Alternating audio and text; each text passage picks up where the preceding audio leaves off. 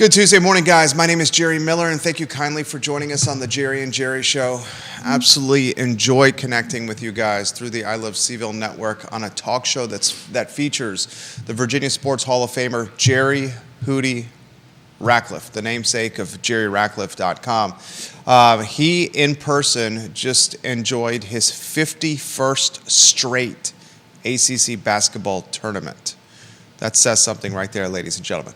A lot we're going to cover on today's talk show. We sit less than 2 miles from the John Paul Jones Arena in Scott Stadium, two locations that have a significant amount of activity happening now and the near future. Spring football, the spring football game, guys, should be front and center. However, the news cycle for Wahoo Nation is dominated by the transfer portal and either the reimagining of Virginia basketball, or as some fans are calling it, the ravaging of Virginia basketball. We're going to unpack that today on the Jerry and Jerry Show. We'll talk this storyline. A lot of Virginia's former basketball players from the 2024-2025 roster are transferring to major college basketball programs. Jacob Kofi, Southern California, Andrew Rohde, Wisconsin, and of course Isaac McNeely at Louisville. And a lot of the players coming in are from mid-major programs. I want to unpack that theme with Hootie Ratcliffe. And of course, we're going to talk the Kyle Guy news. The beloved Kyle Guy, a national champion, is not coming back as coach, as an assistant coach at the University of Virginia. Was he burned by UVA, or is this part of college basketball today? All that and more. Judah Wickhauer behind the camera, studio camera that had two-shot. As we welcome a man that needs no introduction, we encourage you to visit JerryRatcliffe.com, the star of our show, Jerry Hootie Ratcliffe. My friend, good Tuesday morning to you. Good Tuesday morning to you as well. It's been a pretty active weekend. So active, so active. I don't think I've ever seen you wear that quarter zip and button-down combo. Looking sharp, my friend. Thank you, sir. And scatter shooting to start the show, as we always do. Hootie Ratcliffe, the show is yours. Well, you talk about questions from the fan base, and I've gotten some that have asked, if these guys were so good and going to all these major programs, how come Virginia couldn't get a winning season out of them? I think it's a fair question. And that is a fair question, and I don't have an answer for that, but maybe they're better individually than the sum. Maybe it's coaching. Maybe it's coaching. Maybe it's a little bit of both. Maybe it's how Tony Bennett left. Yeah, it could be part of that. A lot of people are blaming Tony Bennett for all this chaos to begin with. It's an unusual predicament, more so than any other coaching change, I guess, that we've experienced in years gone by, just because of the way college sports are today with the portal and the NIL and the seemingly ability to move around freely in the college sports world without any difficulty. The newest guy that's coming to Virginia, this will be his 6th year in college basketball. It's his 3rd school. There's another Duke guy, Miles. Yeah, Duke Miles. There's another guy, the Jakari White guy. I think this will be his 4th school, I believe. Maybe it was the other guy, Lewis. But it's just such a bizarre world we're in right now, and it seems like that maybe the House settlement might add some consistency to everything, or a little bit more of a level playing field than what we've seen the last 2 years. But I don't know. Everything is just in utter chaos right now. And if you talk to all the veteran coaches, I even heard Gino Auriemma on the way here today talk about it's just total insanity right now. Absolute insanity. Jeremy Wilson says he's watching the show in Cookeville, Tennessee right now. We got Georgia, North Carolina, South Carolina, Florida, much of the Commonwealth, Pennsylvania, and Maryland on the show right now. Chad Wood, your comment is on deck. He was a part of Steve Isaac's single-wing successful rushing attack in the Jefferson District. Chad Wood, your comments in a matter of moments. I got so much I want to cover with you. Andrew Rohde is going to a big-time program in Wisconsin. Isaac McNeely, a big-time program in Louisville, which may be the benchmark of how the transfer portal and NIL can turn a program around in 1 year, Louisville. Sure. The scuttlebutt on Twitter and some of these social platforms has Isaac McNeely earning north of $2 million to play for Louisville. Multiple quality content creators, influencers are saying that is a $2 million surpassed threshold for McNeely, which we can't blame if he's getting paid that much money. Absolutely not. Jacob Colfie is at Southern California. Anthony Robinson, the big man, who I'm extremely high on, goes to Xavier to play for a Patino in the Big East. I mean, Hootie, these are big-time programs that this roster is going to, and what's coming back, a lot of people are saying is not the equivalent here, Hootie. Yeah, well, I don't know how you gauge that. Right. Just because somebody's at a mid-major doesn't mean that they're not a really good basketball player. I mean, perfect example of that is the guy who was the NCAA tournament MVP, the Florida guard. yeah. He transferred from a mid-major and now was the best player in March Madness. Yeah, and you know, throughout watching college basketball all season, a lot of guys I've seen have incredible performances and seasons came from mid-major schools to play for major universities. So I don't think you can brand them not quality basketball players just because they came from mid-majors. They might have gotten overlooked in the recruiting process. They might have been late bloomers. People that develop later. I mean, look at the difference in Andrew Rohde in 1 year for Virginia. I mean, he came from a tiny school in the Midwest, and that first year he just didn't play well. And then this past year he's played lights out, and now he's going on to another big school. So I don't think you can brand a player just because he is a mid-major guy that he can't play really good basketball in high major basketball. Jeff Morris watching the program in Henrico, Virginia. Viewers and listeners, you have questions, put them in the feed. We'll relay them live on air. Chad Wood from Crozet. We've seen players average at UVA. We've seen players play average at UVA and move on and shine in other programs. Not sure there is one particular answer to what you guys are talking about. I think he's right. I think it's just a convoluted, clouded NCAA college basketball ecosystem we live in, one that certainly is no longer about amateur play and playing for the love of the game, and one that frankly, and it's tough to say, is about chasing the bag of money. Yeah, and we've seen guys here have decent seasons, but not incredible seasons, and go on to the NBA and transform into completely different basketball players. Hunter is a guy.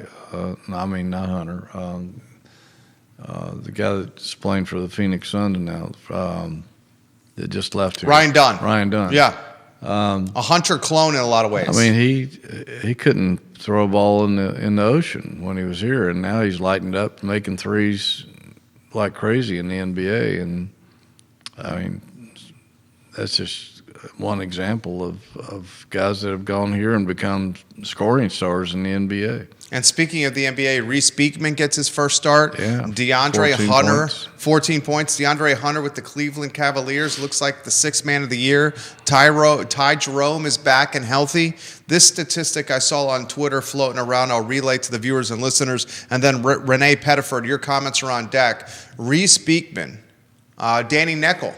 Mm-hmm. We appreciate his tweets. Reese Beekman, Neckel tweets. was the 9th different former UVA player to score at least 10 points in an NBA game this season. That's amazing.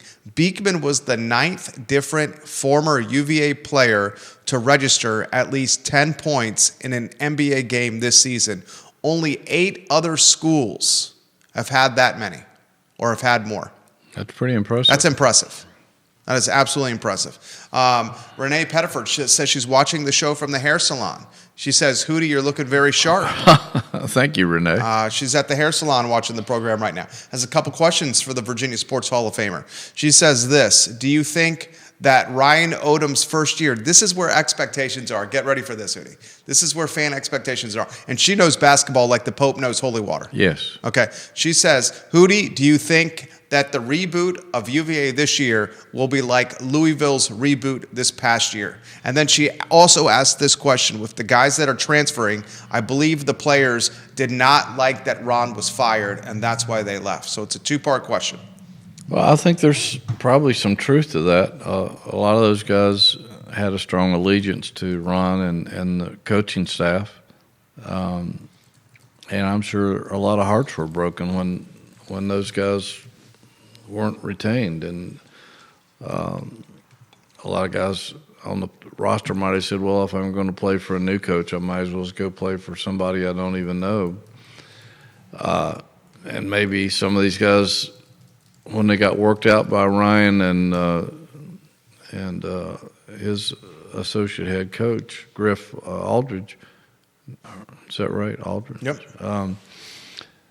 Maybe they didn't like what they saw. Maybe they didn't feel like they could fit into that system very well and decided to go somewhere where they'd fit in better. That's usually a big factor with players who are looking at a portal or looking to be a free agent in the pros. Is they need to fit the program that they're going into, and so that might have also been a factor. But it may be that Ryan Odom may not have wanted some of those guys back because he didn't feel like they were a good fit. But yeah, we'll never know because we'll probably never get to talk to all those guys again. Maybe McNeely. Maybe McNeely might say, and if he is Because getting of the paid, ACC. if he's getting paid $2 million, she'd be crazy not to take it and take advantage of that situation. But what was the other part of her question? The other part of the question is the expectation Louisville. Well, I think that's to be determined because we don't know what's to come. I mean, they're just in the early stages of filling out this roster. They still have a couple of weeks left before the portal closes. So there's going to be a lot more activity over the next 10 days, I think, before we find out what this team is all about. Because right now it's loaded up in the backcourt. There's only one guy in the front court, and you know they're at with all the people in the portal and all the money that they've got to play with, they're out there. They're probably in it for some big name guys, I would think, and trying to get them to visit or at least get them on a Zoom to talk about, and show them what the program and the campus is all about. So it's too early to say at this point. We'll have to wait until see what all the pieces are that they collect before we can get to the expectations, I think. A lot we got to cover today. Here's a question that many of the fan base wants to know. It's a public university. Does the NIL compensation get made public? How much are these players making? I don't think it is. I don't, because I've seen other public universities, and I don't think anybody's divulging that kind of information. And you might have to. I don't even know if you could get the tax forms through Freedom of Information Acts to find that out. But I don't think they have to divulge it. And if they don't have to, they're surely not going to volunteer it because we know how UVA is when it comes to transparent, or rather non-transparent. They're not going to offer up anything. Claudia Garrett Morris watching the program. Vanessa Parkhill in Earlysville. Logan Wells Kalelo watching the show. Viewers and listeners, let us know your thoughts. We'll relay them live on air. The Kyle Guy storyline is frankly a tough pill to swallow. We got a national champion. We have arguably the face of a generation for Virginia basketball. I can say that with confidence and conviction. If there's a player that is the face of Virginia basketball over the last generation, it's Kyle Guy. 3 huge free throws made. The all shucks kind of looks. An undersized guy that has a massive heart, that is a big time performer, especially in crunch time, and frankly, a national champion here. A guy who quits a professional career in Europe, comes to Charlottesville with his wife, with kids, to complete a degree and to join Tony Bennett, his mentor, and learn the profession of coaching by his side. Yeah. After he quits playing professional basketball in Europe, in the middle of his prime, Yeah. he heads to Charlottesville, finds out Tony Bennett is going to surprise everyone with resignation. Stays on staff because he's pursuing his degree with Ron Sanchez, Jason Williford, Coleman, Wilkins, and the others, and has a tumultuous up and down campaign. The expectation was perhaps Odom would give Guy a chance to stay. Marty Hutloff, NBC 29, friend of the program. Love Marty. Nothing but love for Marty Hart. My boss at one time when I was working at NBC 29, Marty Hutloff. Only, I'd say top 4 boss. You're number 1, clear cut number 1. Jerry Ratcliffe that wasn't even close, and I'm not just saying it because he's across from me. Much appreciated. He reports on press conference day that Kyle Guy and some of the other coaches are getting retained. We find out yesterday that Kyle Guy is no longer part of the staff. The question fan base wants to know: did he get burned, or is this just part of college basketball today? Well, we don't know because he didn't say in his departure Twitter. He just said he was leaving. He didn't describe the circumstances, and I don't know of anybody that's talked to him directly since then. There is a rumor floating out there among the fan base that he was offered an opportunity to stay. I don't know what kind of offer it was. If it was for the same position that he held under Sanchez and Bennett, or if it was an opportunity to become more of a full-time assistant coach. All that's unclear at this point. But if he was offered an opportunity to stay and he decided that's not what he was looking for, then it's a decision he had to make for him and his family. And it's always a tough decision to leave a place that you love, and he does love UVA. He made that pretty clear.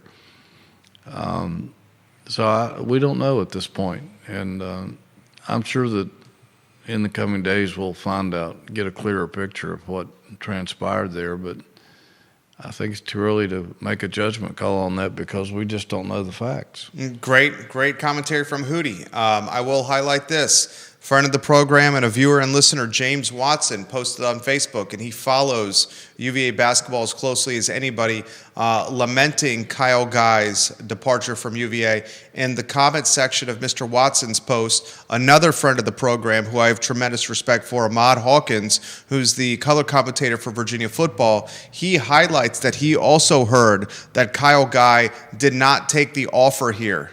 He highlights in that same comment, I could be wrong, but he is in a lot of ways confirming what you have heard circulating, that Kyle Guy was given a shot to stay. I'm going to ask this question. This is just a question by trying to read tea leaves here. You got a man that is trying to finish his degree at UVA. Yep.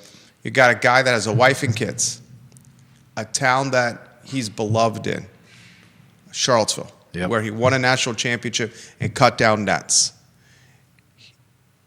Are we to reasonably, just thinking out loud, he turns down an offer to stay when he has a wife and kids and a town that loves him for potentially no job opportunity right now? That's a hell of a lot of risk. It is. I mean, he could always go back and play basketball and make a decent living. I don't know if he wants to do that and what kind of compensation he was getting before. I'm sure he could land somewhere as an assistant coach with all the connections he's made over the years. But, you know, I don't know what kind of position he may have been offered here. The position he had before Was very low pay. Yeah, it was. And, you know, He wasn't really an assistant coach, viewers and listeners. We need to highlight that. yeah, I mean, he participated in practice and you know, he was at the games and in the huddles and all that stuff, but he couldn't go out and actively recruit like a full-time assistant does. And Well, can you highlight some of the things that you, and I hope I'm not speaking out of turn, and some of the things that you wrote about Kyle Guy with his title? Can you highlight that? yeah, well, I don't know exactly what he did. I think it's something about player development or life skills. I think was one of his Monikers. and just I guess trying to be an advisor or a counselor or whatever to the players. I don't think that pays a whole lot of money. He could probably make more money playing basketball in Europe or somewhere, but Absolutely, he could. so I don't know if he was hoping to maybe be advanced to a full-time assistant coach, or if they just offered him more of the same. And if he couldn't become a full-time assistant coach, I could see why he might not want to stay here, because if you get in the right program, a full-time assistant coach makes some pretty decent money. Stephen O'Dwyer watching the program, he says the NIL compensation should be made public, especially now that the University of Virginia is going to have a hiring freeze and not offer bonuses to faculty and staff. Jim Ryan wrote a letter to faculty and staff at the University of Virginia about a week ago. And in this letter from the president of the University of Virginia, the 7th president of UVA, he highlights that because of headwinds associated with Trump's administration and potentially no federal funding or diminished federal funding for the school, the university is going to, A, not offer cost of living raises to staff. That's 3%. At least put them on ice or freeze them for now. B, they are going to put on ice and freeze performance-based bonuses. C, they're going to put on ice discretionary spending for departments tied to, say, expanding a biotechnology lab. Okay? And Stephen O'Dwyer makes, I think, is a very valid point. If President Ryan is telling everybody at the University of Virginia, look, you don't get a 3% raise, and the 3%, I'll cut to the chase, doesn't even keep up with inflation. The 3% that's being offered to staff. I mean, frankly, they're losing money year over year if it's a 3% cost of living raise. And then if they're not getting the bonus, they're really losing money here. Mm-hmm. He says, if you're not doing this for the bread and butter of the university, the rank and file, we should know what these 18, 19, 20, 21, and 22-year-olds are making to shoot a basketball into a hoop. Well, I totally agree. And I'm all for complete transparency when it comes to every facet of the university, including the athletic department. And we really get none of that. And that's nothing new. That's been going on for decades. I don't know how many times over the span of my career here, I tried to get the athletic department budget and what they were spending on this and that and the other and how much money they were raising, and I would always get put off by it and said, we'll get back to you on that. Or I'd have to look at some numbers or something, and very seldom did I ever get a straight answer on any of that stuff. And I think it's probably worse now than it was back then. But yet, like you said, it used to be when they would hire a new coach or something, they would give you the terms of the contract at the press conference or in a press release. Now you have to get it through the Freedom of Information Act, which is bogus. And So if they don't have to divulge the NIL money, they're certainly not going to do it. And if they can hide behind walls that it's person's income, not from the university, but from gifts to the university. I don't know. I don't know all the ins and outs of that, but most schools don't divulge that information, and if I can guarantee you that if Virginia doesn't have to, they're not going to. Bob Shada watching the program. Birdwood's finest, Bob Shada. The mayor of Vivace watching the show. Olivia Branch watching the program. The Queen of Keswick watching the show right now. This one comes from Kentucky. Hootie Ratcliffe. Isaac McNeely, rumored out here, well over $2 million to play basketball for the Cardinals. Didn't you boys want a chance to keep this guy on your roster when you're bringing other players and paying them north of $1 million? Seems to me McNeely's worth more than what you're paying those guys to come to UVA. Well, I would have thought so. I would have paid Isaac whatever the going rate is to keep him here. I mean, he's a beloved player. He was the face of the program, really. Who was the face of the program? And one of the all-time great three-pointers in UVA history, shooters, and just a great kid.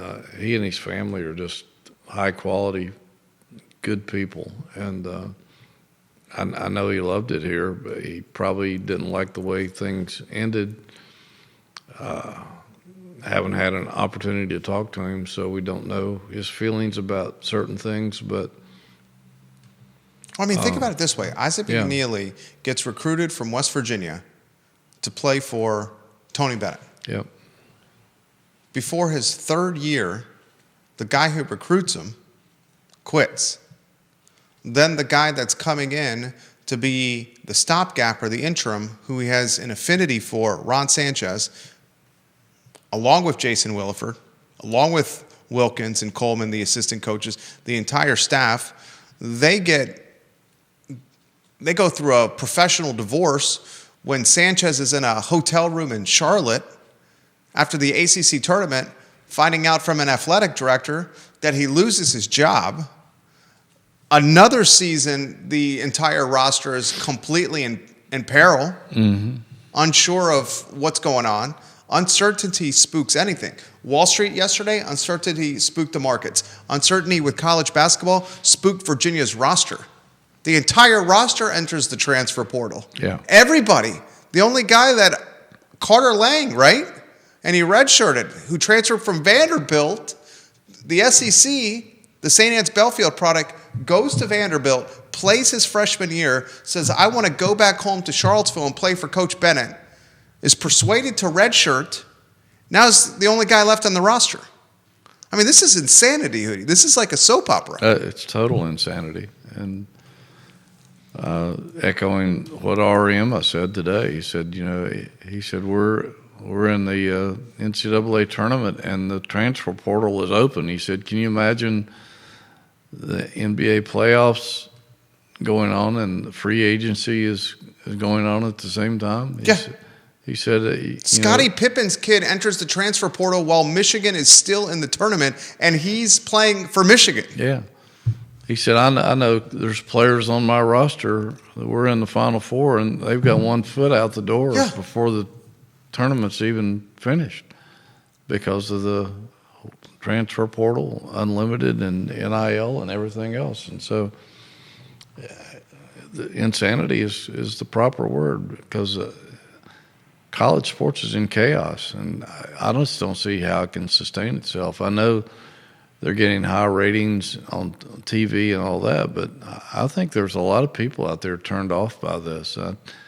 I am. I'm turned off by it. I've never had less passion for the NCAA tournament than I've had this year. I watched very little of it, and I even forgot the Final Four was on Saturday until the Duke game came on because I didn't have anything else to do. But I think there's a lot of, and I know some other people who are passionate, very passionate about college sports and particularly college basketball. They didn't even watch the tournament. They're just totally turned off by the whole scenario, and it's sad because I never thought it would be like this. Well, it's college basketball and March Madness, in my eyes, and viewers and listeners, maybe you can relate to this. March Madness was the purest form of amateurism and amateur athletics that was out there.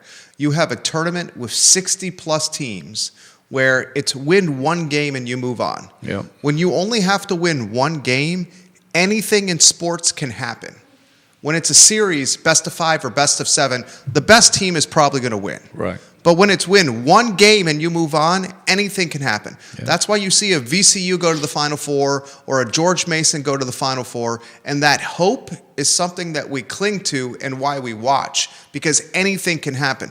You had 4 number ones in the Final Four. You had chalk in the Final Four. We had a Sweet 16, an Elite 8 that was dominated by heavyweights and the expectation. Mm-hmm. And the Cinderella story seems to be over. I'll paint a picture. VCU and George Mason makes it to the Final Four because a coach can take a class from freshman year to sophomore year to junior year to senior year, and by the time they're fourth years or seniors, they become a gelled unit. Yes. And this gelled unit can overcome athletic deficiencies versus a blue blood major program by being a gelled unit. They may not be the most athletic guys, might not be able to jump out of the gym like the Kentuckys or the UCLAs or the Dukes or the UNCs, but because of the experience playing together, they can beat that athleticism, especially in a win one game setting. Yeah. That's over. And if you're a talented player in a mid-major program, why would you stay at a mid-major school as opposed to chasing a bag of money? Yeah. Well, the old saying, the best team doesn't always win, that's going to be diminished in the future. I think we're seeing some of it now because there were very few upsets in March Madness throughout the entire stage of it. A lot of people had like only 3 misses on their prediction sheets and stuff. So used to be able to go through those things, and it looked like a battlefield. Everybody was marking off the misses in red. You knew to pick a 12 seed over a 5 seed. Exactly, and I wonder if those days are over. I think those days are over. Comments are coming in quickly. This question is coming in from Nevada. All right. We got this. We might have 15 states on that. I think this is the first time Nevada has ever asked a question. I think it is. This one is for Jerry Ratcliffe here. What would be the thinking of not keeping any of the Virginia coaches on the roster, especially a school deep in tradition? Well, we don't know that there's not any. They haven't announced the entire coaching staff at this point. So far, it's Griff Aldridge and then the 3 assistants from VCU. So that's 5 people. I think they can have 7 full-time assistants, if I'm not mistaken, and like a staff of 10 or might even be 11. I mean, we would cross Jason Williford off the list here, right? I think his contract was due to run out after this season anyway. And I don't know what that meant his status was going to be, even had Ron been retained. I just don't know. I know his Ron's and I think one of the other assistant coaches, maybe 2 of the other full-time assistant coaches, contracts didn't run out for yet another year. So I don't know that, but I guess there's still a possibility that somebody, at least one somebody, could still be retained. They're probably so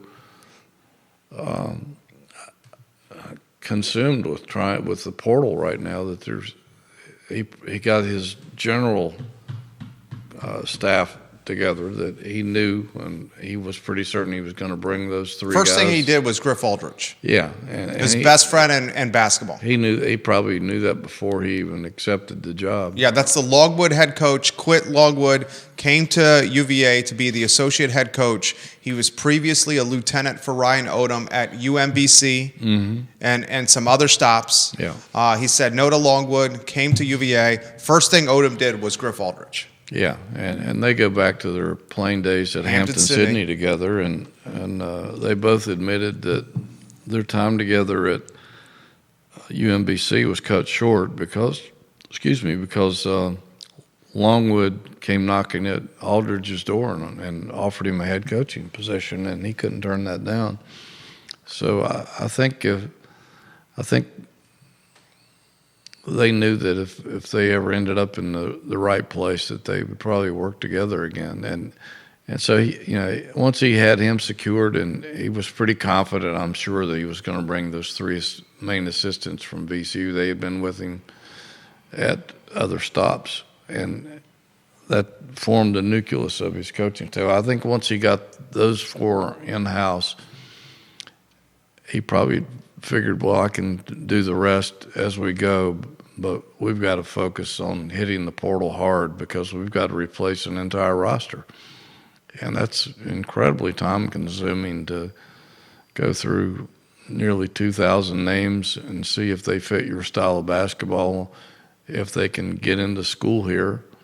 Some of these guys only have 1 year of eligibility remaining, just like football. Yeah, the kid that's transferring from Oklahoma, Duke Miles, is legitimately is playing college basketball for a 6-year, guys. Yes. 6 years of college basketball, this Duke Miles kid. And so it's so time-consuming. I can see why he might have put the other stuff on temporary hold, or maybe trying to figure that out as it goes along, but I mean, what's Virginia have right now? Do they have 3 commitments? You got a short window now to fill out that roster because it closes on the 24th. Yeah. Are there 3 Today's transfer? What, the 8th? Today is the 8th. Are there 3 transfer portal commitments? Happy birthday, Wendy. Happy birthday, Wendy. It's your daughter? Yeah. Yeah. Do you have 3 transfer portal commitments? Yes. There's 3 transfer portal commitments on this team. They are all guards. Yep. You have the kid who went from VCU out of high school committing. He's a senior in high school right now. Silas Barksdale. Mm-hmm. This guy looks like he's a freak athlete here. Yeah, like 6'7", 6'8", with a massive wingspan. Like a Junior Burrow type. Yeah, Junior Burrow, who can jump out of the gym. Okay. In fact, Junior Burrow even said this guy has more upside than I did as a senior in high school. Yeah. He said, and I read JerryRatcliffe.com here, first website I visit every morning. Junior Burrow said, I was more refined offensively, but this guy's got more upside than I do. Mm-hmm. Probably pointing to the man's length, his reach, and his athleticism, his explosiveness. Yeah, and Junior coached him in AAU. Right, he knows it. So this goes a long way for Burrow to make that comment. So you got a senior in high school that's on UVA's roster, and Silas Barksdale. You got a point guard from St. Anne's Belfield Academy and Chance Mallory, who may be the most talented guy in the roster right now. But he's a senior in high school. Right. The chitter-chatter is this guy's making $1.2 million in NIL compensation. You got 3 guards transferred to UVA, including one who's a 6-year. These are all marksmen from Bonosphere. Mm-hmm. Carter Lang, I hope he stays. He showed some upside at Vanderbilt. He's got roots to Charlottesville, went to St. Anne's Belfield, played with Chance Mallory at St. Anne's Belfield. He's a physical presence in the front court. But outside of that, the roster's wide open, and the portal's about to close. And by the way, you still need to hire a general manager. The chatter has staples. I was going to ask you about the general manager spot. You go to virginiasports.com and you click the men's basketball roster, and there's no players listed. When you go to virginiasports.com and you click the roster, there's not a single player listed right here. Yeah, that's what's going on here? That's a frightening aspect. What is going on here? I thought Tony Bennett had it hard when he had to replace 60% of his football roster. And by the way, spring football's right around the corner, and no one's even talking about it. Yeah, it's well, you don't have a coaching change in basketball that often. I've been here since 1982, and I think this is the 5th or 6th coach that they've had. So, not counting the interim coach, but that's not very many coaches. So it's a big deal, and college basketball is still a sport where Virginia, if they get the right guys in here through the portal, can still be. Top 15, top 10 program. They can make some noise in just one season. Yeah. It's harder to do in football. Can't do that in football. And so there's a lot of focus on what's going on over at JPJ and trying to land the right people to get this to become a competitive program again. This comes from Michael Murphy in Baltimore. Isaac McNeely went to Louisville, who's preseason ranked number 3. He'll get a ton of NBA exposure, plus $2 million plus is a lot of incentives to turn down. Michael Murphy, I agree 100% with you. I do not fault Isaac McNeely to go to Louisville at all. Not at all. Not at all. He's got to watch out for himself. Yeah. And, he would have probably made some good money here, but He probably would have made that. I bet you they matched it. Maybe. Yeah. Maybe. But it's Louisville, and to his point, this is one of the top teams in college basketball now. And Virginia's, and that just shows you that if you get the right person into Louisville, What you can do. you can get things turned around, because they've been wandering in the wilderness since Patino was booted out the door, and that's a proud program, and they have incredible support. A lot of people, who do you realize is this? Louisville, if you live in the Louisville area, your pro franchise is Louisville basketball. Absolutely, and that's a pretty good sized city. It's a massive city. Yeah, Yeah. And they and then you got Big Brother Kentucky right around the corner. 75 miles away. And there's nothing more that they want to do than keep up with Big Brother. Yeah. And they got money to do it.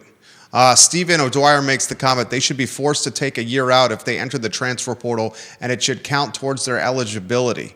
Bring back the love of the game for each of their schools and want to play for the schools and not the name that's on the back of their jersey. I love the idea. Yeah, well, there's been a lot of proposals out there. You can transfer once for free, and then after that, if you transfer, you do have to set out a year, and it does cost you a year of eligibility. I don't know what is going to be settled upon, but they've got to do something. It's just madness right now.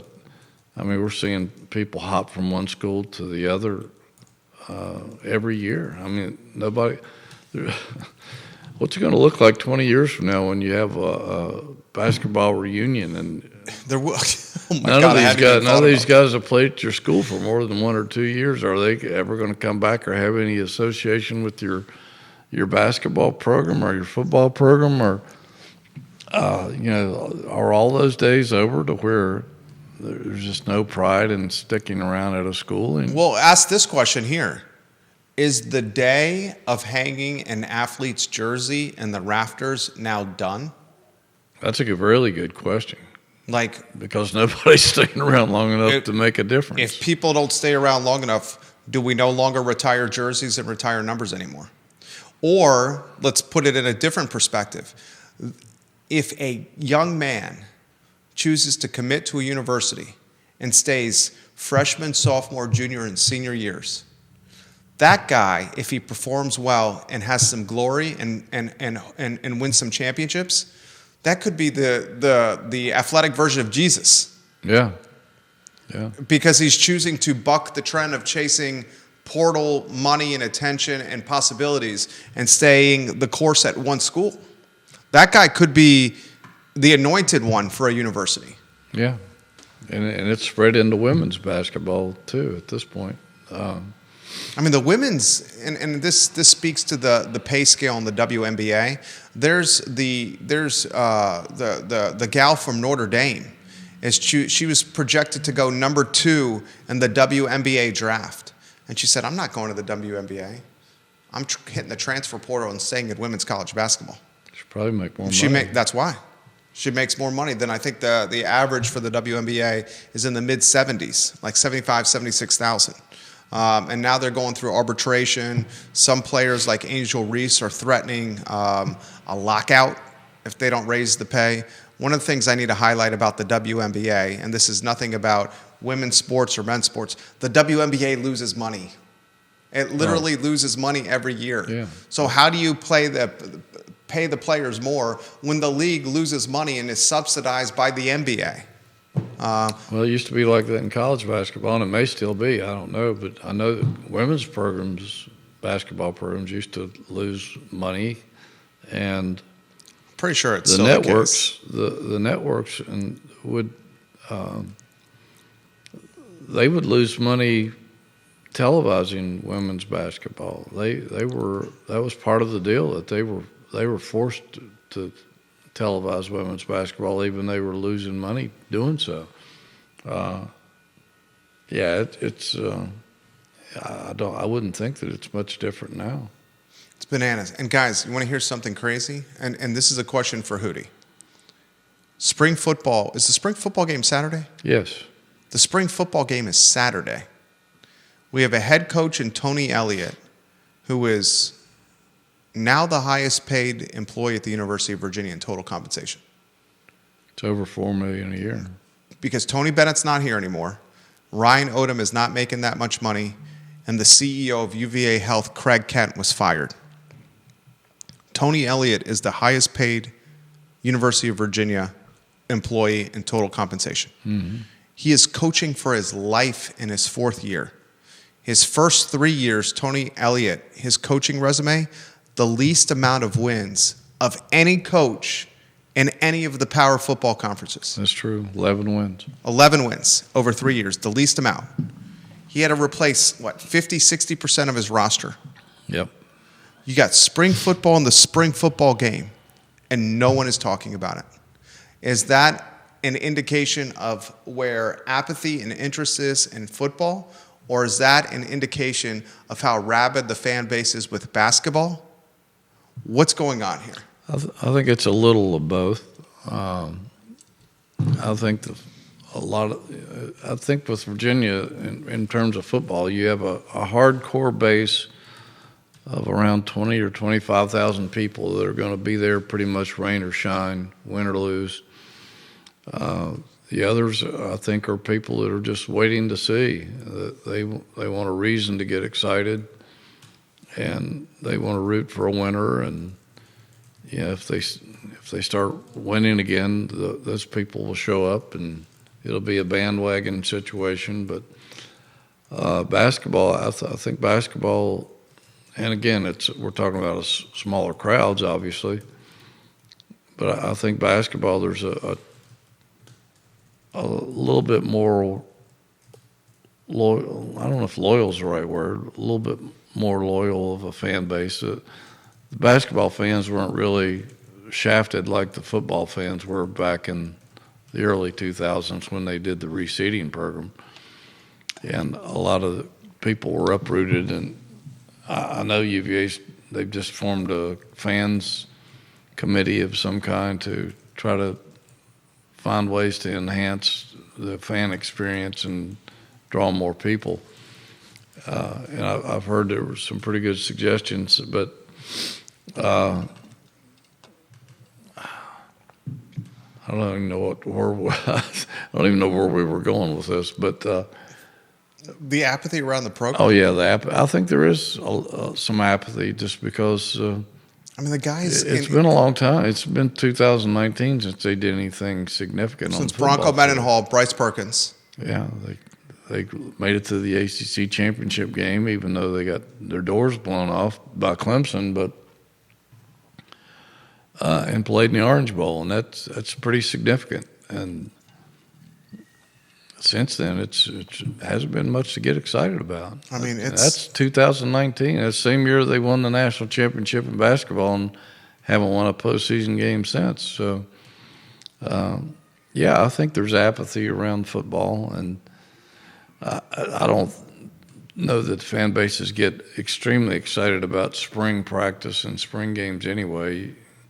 I mean, if you look back over the years, there's usually not that many people that show up for a spring game, as opposed to some of the more traditional football schools that try to sell out their stadiums, and that's why Deion Sanders and some other people have tried to do something that I wrote about as early as in the 1980s, and even Frank Beamer came up with the idea in the 90s. Is that for the spring game, you should be able to scrimmage or play a game against another team that you normally wouldn't face on your schedule, and try to get the fan base excited about the game and draw a good crowd and give the players somebody different to hit, and then themselves, I think would add a lot to the spring, and you could make some money off of it. And the NCAA wouldn't let them do it. Syracuse and Colorado tried, really, they were going to do it, and Oklahoma State were going to do it, and it got shot down. I asked Tony Elliott about this early on this spring, and he said that he would be all in favor of doing that. You could play somebody that you normally wouldn't have a chance to play, and create some interest, create some excitement. I love football as much as anybody, and I can only remember 2 spring games in my career that I got excited about. And one of them I was coaching in, but I was an honorary coach against Warren Swain in 1989, and it was fun. And then the other one was at NC State when Monty Kiffin was the head coach, and vowed to everyone in the Raleigh News and Observer that he was going to deliver the football by jumping out of a helicopter. Skydive out of a helicopter, and he was going to present the game ball, and the state officials said, no, you can't do that because you have to have X amount of jumps and experience to do that. And he said, I don't care what the rules are, I'm going to do it anyway. And so that was a big build-up for weeks, and finally I was at the game, and helicopter came over the Carter Bryce Stadium, and could see Monty way up there waving an NC State flag, and then the helicopter kept getting a little lower and a little lower, and everybody's wondering when he's going to jump. And the people were going to, I guess the cops were going to arrest him if he did. And he just kept getting lower and lower and lower, and finally got about 10 feet off the ground. Monty jumps out of the plane with the football, and everybody just laughs and goes crazy. But generally, spring football is just not much to get excited about. It's an interesting time. Mark Brown says, and on top of that, you have the athletic department who basically leveraged season tickets against fans years ago and said, if you don't give us more money, you don't get to keep your seats. Yeah, and that happened, folks. That happened to my parents. It's been a major disruption. We've talked about that on the show before, and they lost thousands of fans and never got them back. My parents never came back. Yeah, I know. For years at the newspaper, I would get emails and phone calls about that, and still do every now and then. So people don't forget that easily, and the timing of that was just terrible. Crazy times here, folks. We got a men's basketball roster that doesn't have a single athlete listed on virginiasports.com. We have a point guard that's at St. Anne's Belfield Academy that's rumored to be earning $1.2 million in NIL compensation, that appears to be the most talented guy on the roster and the face of the program. We have 3 guards that are signed to UVA, including one that's a 6-year. We have no front court players outside of a senior in high school that initially committed to VCU and now has changed his commitment from the Rams to the Cavaliers to follow the head coach down Interstate 64. We have a young man who the community loves in Carter Lang that's trying out for the team, transfer from Vanderbilt, birthed at St. Anne's Belfield Academy in that gym as a basketball player. Will he stay with the team? Certainly hope so. And you've got a coaching staff that is without an assistant coach that has any ties to the University of Virginia, at least for now.